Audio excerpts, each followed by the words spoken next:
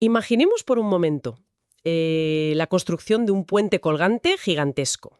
Un ingeniero calcula las cargas, mete los datos en una ecuación, el resultado cuadra perfectamente y, bueno, simplemente señala el papel con total seguridad y dice, ahí está, la estructura es sólida, no se va a caer. Claro, porque 2 más 2 son 4, ¿no? Exacto, sí. Es un mundo limpio, súper exacto y profundamente reconfortante. Tradicionalmente, o sea, esa es la expectativa de precisión absoluta que tenemos todos cuando pensamos en las matemáticas. Totalmente. Es que nos ofrecen una ilusión de certeza binaria casi mágica. O la ecuación es correcta o no lo es. Y a los seres humanos nos encanta esa sensación de seguridad. El saber que hay, digamos, al menos algo en este universo caótico que está completamente categorizado y libre de dudas. Ya. Pero luego rascas un poco la superficie de ese plano arquitectónico, te metes en el mundo de la filosofía y de repente, la tinta de esos números tan seguros empieza a emborronarse. Lo que parecía el lenguaje universal de la verdad absoluta se convierte, pues, en un terreno pantanoso. Un terreno lleno de debates que llevan milenios librándose. Es una locura cuando te paras a pensarlo. Sí, sí.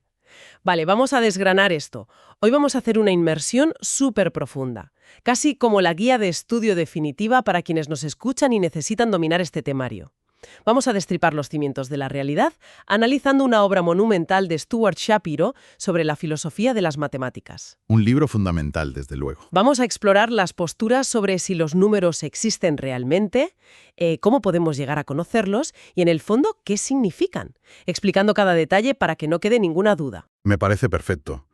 Y es un análisis vital porque las matemáticas han sido históricamente, el campo de batalla definitivo entre las diferentes formas de entender el conocimiento humano.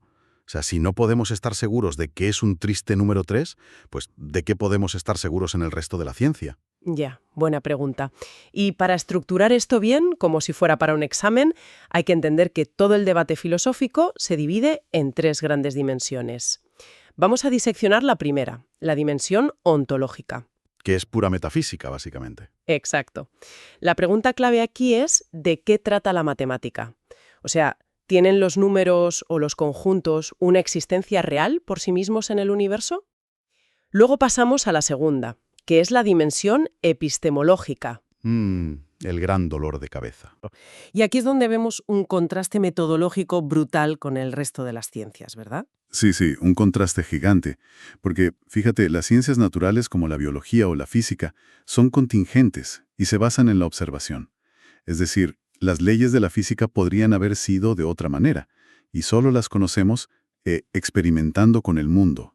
Claro, tirando cosas, midiendo cosas. Exacto. Pero las proposiciones matemáticas se basan en la demostración pura, que 7 más 5 son 12. Es algo estrictamente necesario, o sea, no puede ser de otra forma en ningún universo posible. Y esto otorga a las matemáticas un conocimiento a priori. A priori, es decir, previo a la experiencia empírica. Eso es. Y por eso parece totalmente inmune a cualquier duda. Vale. Y la tercera pieza de este mapa mental para estudiar sería la dimensión semántica. ¿Qué significan exactamente los enunciados matemáticos? Y lo más importante, ¿existe la bivalencia? La bivalencia. Ese es un concepto súper clave. Sí, para que quede claro, bivalencia significa preguntar si todo enunciado matemático es objetivamente verdadero o falso, independientemente de si los seres humanos somos capaces de probarlo. Estas tres preguntas, la ontológica, la epistemológica y la semántica, generan la mayor tensión histórica entre dos escuelas de pensamiento, el racionalismo y el empirismo. El racionalismo lo tuvo fácil al principio. Figuras como Platón, Descartes o Leibniz directamente abrazaron las matemáticas. Para ellos, era la demostración palpable de que podemos alcanzar un conocimiento puro y perfecto solo usando la razón, sin ensuciarnos las manos con la experiencia sensorial. O sea, su modelo ideal de conocimiento. Tal cual. Pero claro, para el empirismo la cosa se complica muchísimo. Ya te digo. Porque si crees que absolutamente todo el conocimiento tiene que entrar por los ojos, los oídos o el tacto, entonces, a ver, ¿cómo explicas el concepto de infinito? Es imposible.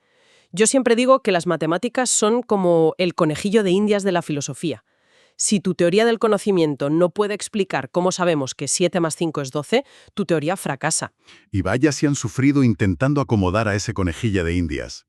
John Stuart Mill, por ejemplo, llevado por un empirismo extremo, argumentó que las matemáticas son simples generalizaciones empíricas de nuestra experiencia cotidiana. Espera. ¿Me estás diciendo que para Mill que 2 más 2 son 4 es solo una costumbre visual? Sí, básicamente. O sea que si mañana vemos que 2 gotas de agua se unen en una sola gota más grande, la aritmética podría cambiar empíricamente. Eso destruye por completo esa necesidad matemática de la que hablábamos. Claro, y por eso esa visión fue súper criticada. Era demasiado débil, no se sostenía. Kant, dándose cuenta de este problema, intentó una síntesis heroica. Propuso que las proposiciones matemáticas son, atento a esto, sintéticas a priori. Vale, freno ahí. Sintético a priori. Eso suena a la típica frase de examen que memorizas pero nadie entiende. Vamos a traducirlo. ¿Qué es eso en la práctica? Ya suena a jerga impenetrable, pero pensemos en unas gafas de realidad virtual. Kant decía que no extraemos los números mirando los objetos físicos, pero tampoco son lógica vacía. El espacio y el tiempo son como esas gafas de realidad virtual que nuestra mente lleva puestas por defecto para poder procesar la realidad. Ostras, qué buena analogía. ¿Verdad? La geometría sería la estructura de las gafas para el espacio, y la aritmética es la estructura de las gafas para el tiempo. No provienen de la experiencia, sino que son la precondición mental, el hardware, para tener cualquier experiencia. Me encanta, queda clarísimo. Entonces, una vez que entendemos las piruetas filosóficas para justificar cómo conocemos los números, tenemos que plantearnos el menú ontológico, es decir, de qué están hechos exactamente. Y aquí tenemos 3 opciones principales, ideales para apuntar, pero cada una con una trampa mortal escondida. A ver, la primera opción del menú es el realismo ontológico, que casi todo el mundo conoce como platonismo. Según esta visión, el código fuente de las matemáticas está alojado en un servidor externo universal. Los objetos matemáticos existen objetivamente, son eternos y, muy importante, no tienen causas físicas. O sea, están fuera del espacio y del tiempo. Exacto. El gran punto a favor es que explica perfectamente la objetividad. Pero claro, el punto en contra es un misterio gigante. Si los números no son físicos y no están en nuestro espacio ni en nuestro tiempo, ¿cómo demonios interactúa nuestro cerebro biológico, que no deja de ser carne y electricidad, con ellos para conocerlos? Es un abismo epistemológico enorme. Totalmente. Lo que nos lleva a la segunda opción del menú, el idealismo. Aquí, el código fuente se ejecuta localmente en el disco duro humano. Los números son puras construcciones de la mente. Vale, el punto a favor aquí está claro. Explica muy bien cómo los conocemos, porque literalmente los estamos fabricando nosotros. Sí, pero el problema del idealismo es que la mente humana es finita. Tenemos una capacidad cerebral muy limitada. Sin embargo, las matemáticas operan constantemente con el infinito. ¿Cómo puede una mente tan finita construir algo infinitamente grande? ¿Es verdad? Y además, si las matemáticas son solo un producto de nuestra psicología, ¿por qué son tan irrazonablemente efectivas para describir la física del universo objetivo? Para calcular la órbita de un planeta. Ya, cuesta encajarlo. Y eso nos deja con la tercera opción, que es el nominalismo, que directamente dice que no hay código fuente. Los números no existen en absoluto. Son solo ficciones lingüísticas, etiquetas súper útiles que nos hemos inventado. Es una postura súper limpia, muy austera. Sí, porque solo asume que existe lo que podemos tocar. Pero el peaje a pagar en un examen es masivo. Si los números literalmente no existen, entonces afirmar que el 7 es un número primo sería una frase sistemáticamente falsa o vacía. Sería como decir que el unicornio rosa tiene 3 cuernos. Madre mía, es que no hay salida buena. Y todo este callejón sin salida fue formalizado de una manera brillante en 1973 por Paul Benacerraf. Es lo que conocemos como el dilema de Benacerraf, una trampa lógica perfecta de la que parece imposible escapar, con 2 cuernos. Vale, vamos a diseccionar esos 2 cuernos porque esto es pregunta fija. Seguro. Si eliges el primer cuerno, exiges que el lenguaje matemático signifique exactamente lo mismo que el lenguaje científico. Quieres una semántica uniforme. Pero si haces eso, caes irremediablemente en el platonismo, y tienes que aceptar que los números existen como objetos reales, enfrentándote a una epistemología imposible. Lo que decíamos antes, cómo tocamos algo abstracto. Vale, ese es el cuerno 1. Y si eliges el segundo cuerno y buscas una explicación plausible de cómo el cerebro humano realmente adquiere conocimiento basándolo en la mente, pues destruyes esa semántica uniforme. Ya no puedes afirmar que las proposiciones matemáticas sean verdades objetivas sobre el universo externo. Exacto. O sea, si el platonismo es cierto, los matemáticos son básicamente como astrónomos, apuntando un telescopio a galaxias abstractas que ya estaban ahí esperando. Me gusta eso. ¿Y si el idealismo o nominalismo son ciertos? Pues entonces son más bien como novelistas, escribiendo una historia que se inventan, aunque tenga reglas muy estrictas. Y esa distinción entre astrónomos y novelistas define tu postura sobre la bivalencia. Claro, el platonista cree en la bivalencia objetiva. Un problema no resuelto ya es verdadero o falso. Igual que un planeta está ahí, aunque no tengamos un telescopio para verlo. Mientras que el antirrealista dice que la verdad depende de si nosotros podemos construir la prueba. Tal cual. Ante tanto caos, surge una pregunta que a veces roza lo cómico. ¿Quién dicta las reglas en este terreno? O sea, ¿deberían los filósofos entrar en la Facultad de Matemáticas, dar un golpe en la mesa y decirles, oye, estas fórmulas las podéis usar y estas no? Bueno, ese es el famoso debate entre la metodología revisionista y la antirrevisionista. El bando de filosofía primero es el revisionista. Creen que la filosofía debe dictar la práctica matemática. El ejemplo clásico es Platón. Ah, sí. Platón criticaba duramente a los geómetras de su época porque usaban verbos de acción como dibujar o cortar líneas. Para Platón, lo matemático es eterno y no se altera, así que usar lenguaje empírico ensuciaba la disciplina. Ya súper purista. Y en el lado opuesto tenemos la postura antirrevisionista, o filosofía al final, que defiende que las matemáticas son 100% autónomas. Rudolf Carnap, del Círculo de Viena, propuso algo genial para defender esto: los marcos lingüísticos. Sí, Carnap es brillante aquí. Dividió las preguntas en internas y externas. A ver, explícanos eso de interno y externo. Pues, si preguntas si existe un número primo mayor que 100, esa es una pregunta interna. Te metes en el marco de la aritmética, sigues sus reglas y dices sí, claro. Pero si preguntas si verdaderamente existen los números en la realidad metafísica... Ya, Carnap te diría que esa es una pregunta externa. Exacto. Te diría que es una pseudo-pregunta metafísica sin sentido. Adoptamos el marco lingüístico por puro pragmatismo, porque nos es útil para hacer ciencia, no para revelar verdades profundas. O sea, un enfoque súper práctico, pero donde saltan chispas de verdad, y aquí es donde la cosa se pone súper interesante, es en el duelo entre Quine y Penelope Maddy. Quine es un filósofo muy particular, porque a nivel global rechaza ser revisionista con la ciencia natural, pero irónicamente, cuando mira las matemáticas, saca el hacha. Saca la navaja de Occam, sí. Literal. Quine exige recortar sin piedad toda la matemática teórica avanzada, como las partes esotéricas de la teoría de conjuntos, que no tengan una aplicación directa en la física empírica. Yo siempre digo que es como si Quine entrara a la casa de un matemático y empezara a tirarle los muebles por la ventana porque no sirven para arreglar el motor del coche del físico. Hasta que Penélope Maddy levanta un muro de contención. Ella defiende la autonomía total. Exige lo que llama una actitud deferente hacia las matemáticas. Actitud deferente. Me lo apunto. Sí. Para Maddy, el éxito de las matemáticas no tiene que justificarse por si le sirve o no a la física cuántica. Debe medirse internamente, bajo sus propios términos y su historia. Vale, pero si no logran ponerse de acuerdo sobre justificaciones empíricas, ¿qué pasa si directamente eliminamos el lenguaje humano empírico y reducimos todo a pura lógica fría? Este fue el gran sueño logicista. Pensadores titánicos como Gottlob Frege intentaron que la matemática fuera inmune a estos ataques. Frege es clave. Él dijo que la aritmética no necesitaba de la intuición del tiempo de Kant. Afirmó que la aritmética es puramente analítica, a priori. Es decir, que sus verdades se derivan solo de definiciones lógicas. Eso es, descubrir que 2 más 2 es 4 es solo desenredar lógicamente los conceptos. Pero Frege chocó con otra escuela, los formalistas. Y aquí hay que distinguir entre el formalismo de términos y el formalismo de juego. Vale, a ver esta distinción. Imagina el ajedrez.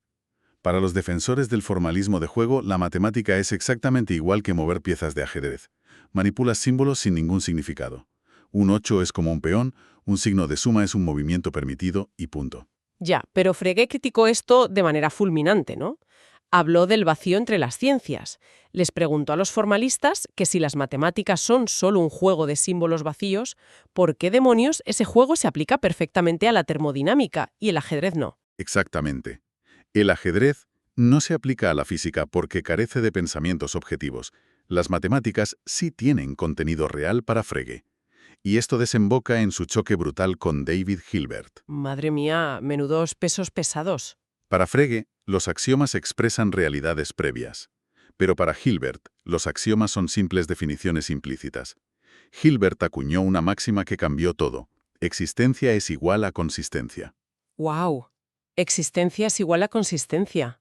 O sea, si creas un sistema de reglas y puedes demostrar que nunca va a generar una contradicción interna, entonces los objetos de ese sistema existen matemáticamente. Ya está. No hace falta buscarles correspondencia física en el mundo real. Eso es. Y con eso, Hilbert lanza el majestuoso programa de Hilbert. Dividió todo en dos niveles. La matemática finitaria, que es la básica, segura, la que trabaja con números concretos, y luego la matemática ideal, la que usa el infinito y la teoría de conjuntos. Su plan maestro era usar las herramientas seguras de la finitaria para probar que la ideal era consistente. Sellando el edificio matemático para siempre. Un planazo, vamos. Y mientras tanto, Russell y Whitehead publicaban los masivos Principia Mathematica, para derivar todo de pura lógica axiomática. Pero se toparon con un muro. Tuvieron que inventarse axiomas que no eran lógicos, como el infame axioma de infinitud. Sí, y este detalle es crucial para el examen. El sistema de Russell requería demostrar que existe una cantidad infinita de objetos para poder derivar los números. Claro, porque si el universo físico solo contuviera 100 átomos, su lógica no podría concebir el número 101. Exacto. El propio Russell admitió que asumir que el universo tiene infinitas cosas físicas es una afirmación empírica, no una verdad lógica pura. Fue un defecto estructural tremendo. Años después, los neologistas, como Crispin Wright, intentaron salvar esto usando el principio de Hume, que básicamente dice que puedes definir números basándote en equivalencias sin contar. Como saber que hay las mismas tazas que platos en una mesa si pones una taza sobre cada plato y no sobra nada. Una idea súper elegante, sí, pero el daño ya estaba hecho. Y justo cuando Hilbert creía que su plan avanzaba, en 1931 llega el terremoto. Kurt Gödel. Gödel entra en la sala y destruye literalmente las ilusiones de todos los matemáticos. Su primer teorema de incompletud demuestra algo espeluznante, que en cualquier sistema formal que sea suficientemente rico para hacer sumas y multiplicaciones, siempre habrá sentencias indecidibles. Verdad es que el sistema no puede demostrar ni refutar usando sus propias reglas. Es fortísimo. Y el golpe de gracia fue su segundo teorema de incompletud. Gödel demostró que un sistema formal jamás puede probar su propia consistencia matemática. Adiós al programa de Hilbert. O sea, es como tener un software antivirus hiperavanzado, que por diseño necesita escanear su propio código para certificar que es seguro, pero matemáticamente es imposible que emita ese certificado sobre sí mismo. Me encanta esa metáfora del antivirus. Las repercusiones fueron tectónicas. Para los antirrealistas, esto demostraba que hay afirmaciones matemáticas sin valor de verdad. Pero lo loco es que Gödel era platonista. Sí. Para él probaba lo contrario, que la verdad matemática existe ahí fuera, en el reino platónico, y es tan inmensa que supera cualquier sistema formal humano. ¡Qué locura! Gödel miraba cosas como la hipótesis del continuo, que es independiente de la teoría de conjuntos estándar ZFC.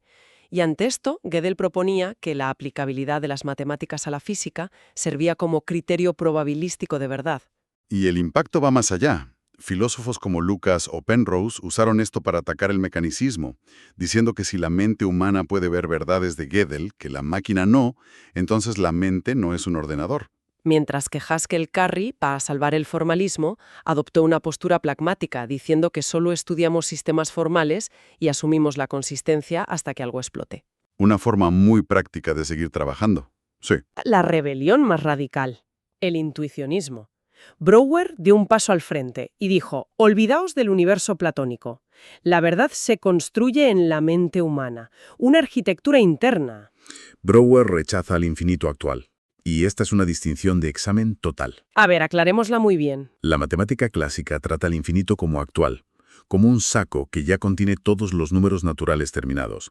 Pero para el intuicionista eso es una aberración. Solo existe el infinito potencial. Es el sujeto creativo contando mentalmente 1, 2, 3.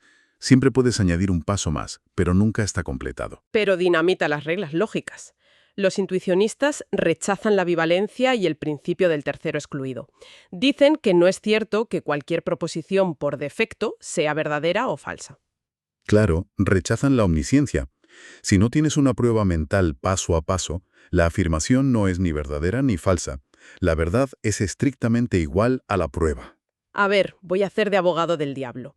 Si yo lanzo una moneda al aire, cae y pongo la mano encima, sin mirarla. No tengo la prueba, pero empíricamente esa moneda ya es cara o cruz. La realidad ha decidido. Decir que no es ninguna hasta que mire, ¿no es disfrazar mi ignorancia? Ya, es una crítica típica. Pero el intuicionista te dirá que mezclas cosas. La moneda es empírica y finita. Ya ha caído. Pero los problemas sobre series infinitas no están ya ahí en un reino místico. Hayting formalizó esto en la semántica BHK, cambiando las condiciones de verdad por condiciones de prueba. O sea que en lógica clásica demuestras que algo existe por reducción al absurdo. Y para Hayting eso es trampa. Si dices que algo existe, tienes que darme los pasos para construirlo en mi mente. Tal cual, una exigencia de rigor abrumadora. Y luego Michael Dummett le dio a esto un giro lingüístico. Llevó el debate del interior de la mente al lenguaje público. Dijo que el significado debe poder verificarse en la práctica por humanos. Si no puedes verificar una verdad matemática, no puedes comunicarla. Sustituyó verdad por verificabilidad. Buf, hemos trazado un recorrido realmente exhaustivo para esta inmersión. Hemos chocado contra platonistas y nominalistas, visto a Quine talar árboles matemáticos y a Maddy defenderlos. Repasamos a Frege, el sueño de Hilbert, el terremoto de Gödel y la mente constructora del intuicionismo. Una guía de estudio completísima. Y no olvidemos que estas no son dudas de Torre de Marfil. Las herramientas de criptografía, los algoritmos de Wall Street, la inteligencia artificial, todo descansa sobre estas mismas preguntas. Totalmente. Y para cerrar, quiero dejar a la gente que nos oye un experimento mental sutil. Si en el futuro hacemos contacto con una civilización extraterrestre, descubriremos que comparten nuestro exacto número pi, confirmando que el platonismo universal es real, o su biología alienígena habrá creado una matemática totalmente incomprensible para nosotros, dándole la razón al intuicionismo de Brouwer. O solo el reflejo de nuestra particular forma humana de existir. Lo que nos devuelve al ingeniero del puente del principio.